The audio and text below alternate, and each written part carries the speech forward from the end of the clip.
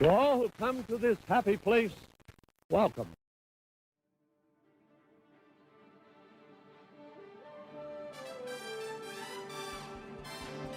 I am of the opinion that Disneyland should always continue to grow and evolve in order to keep up with the times. But that does not mean that we should not look back to the past for inspiration and ideas. Today we will be taking a look at 5 extinct Disneyland attractions that we wish would return in some facet or another to the park today. And we start this list off with number 1, the one that most people think of when they think extinct Disneyland attractions. That's right, the People Mover in Tomorrowland. Now Walt Disney World still has a People Mover, but at Disneyland they actually took it out after the track began to crumble and decay because it couldn't support the weight of the cars on top of it. Nowadays when you walk through Tomorrowland, the divider that separates one side of the walkway from the other, that is the old People Mover track right above our heads the whole time. Now I've talked more in depth about the People Mover in the past, so make sure to go check out my Tomorrowland Secrets and Details video to learn a little bit more. But think about it, if they opened up the People Mover today, they would have less crowds in Tomorrowland because it would eat up a good majority of the crowds, people who aren't riding Space Mountain or Buzz Lightyear. And it is a very good attraction to ride in the middle of the day when you're feeling just a little bit tired and you could go for a nice, simple, breezy, quick, and easy attraction.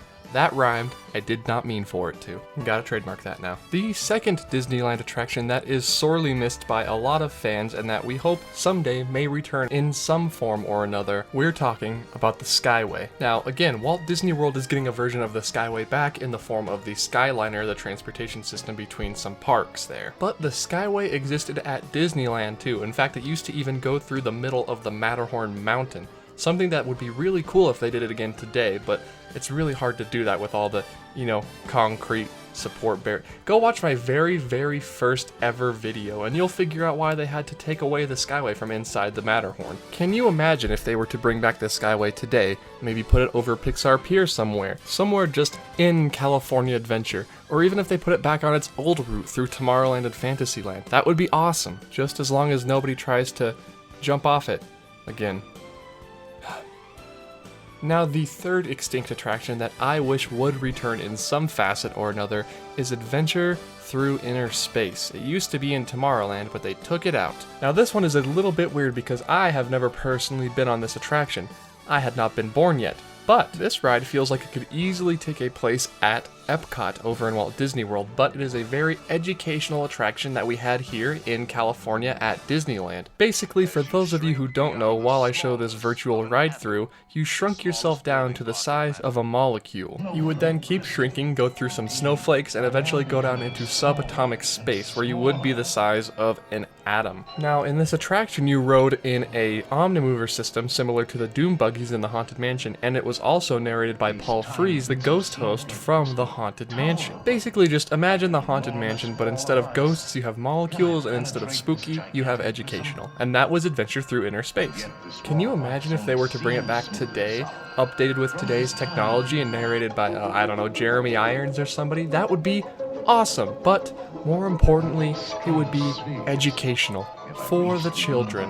Now, I know my audience, you guys. I know that when you think transportation system between Tomorrowland and Fantasyland, your mind immediately goes to the motorboat cruise. That's right, the motorboat cruise, later known as the motorboat cruise through Gummy Glen, to tie into the Disney show The Gummy Bears.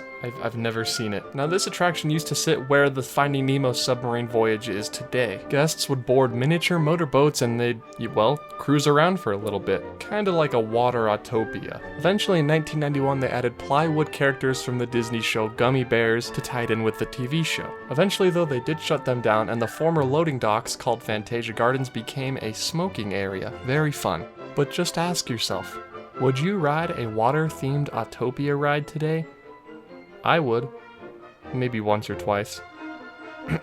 Now, the last extinct attraction that I am going to talk about today was actually in Adventureland, and it's not exactly extinct as a version of it is still there today. Tarzan's Treehouse. We are talking about the Swiss Family Robinson Treehouse, which, again, still exists at Walt Disney World. Now, I've been up into both the Swiss Family Robinson Treehouse at Walt Disney World and Tarzan's Treehouse at Disneyland, and I gotta say, they're both really fun, but there are definitely ways that they can be improved. Number one, all the fences and grates and ropes in front of the scenes, take those down, let the kids explore, let them go into these scenes and play with more interactive stuff.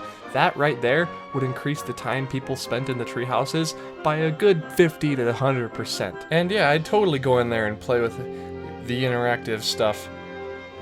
It's not weird, it's just something to experience the Imagineering of the attraction so I can make a video about it.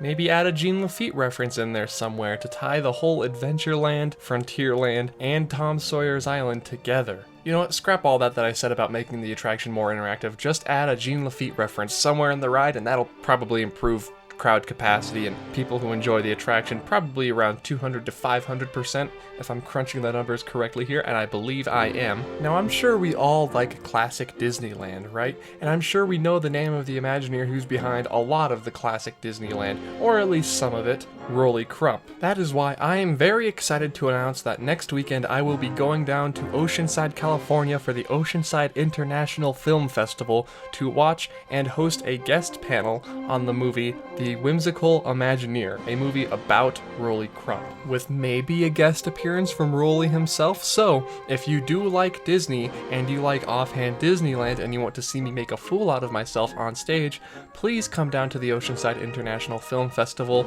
on Sunday, August 6th. I will be there hosting a guest panel. We'll totally say hi, we'll totally shake hands, have a hug, it'll be great. Come on down. It's super exciting, everybody. And then we have a week of just another normal video, and then it's off to Disneyland. I'm telling you, things are really speeding up around here. So, thank you guys all for watching. What is your favorite abandoned or extinct attraction at Disneyland? Make sure to comment down below. Let me know, we can talk about it. As always, everyone, thank you so much for watching. I will see you guys all in the next video. Goodbye.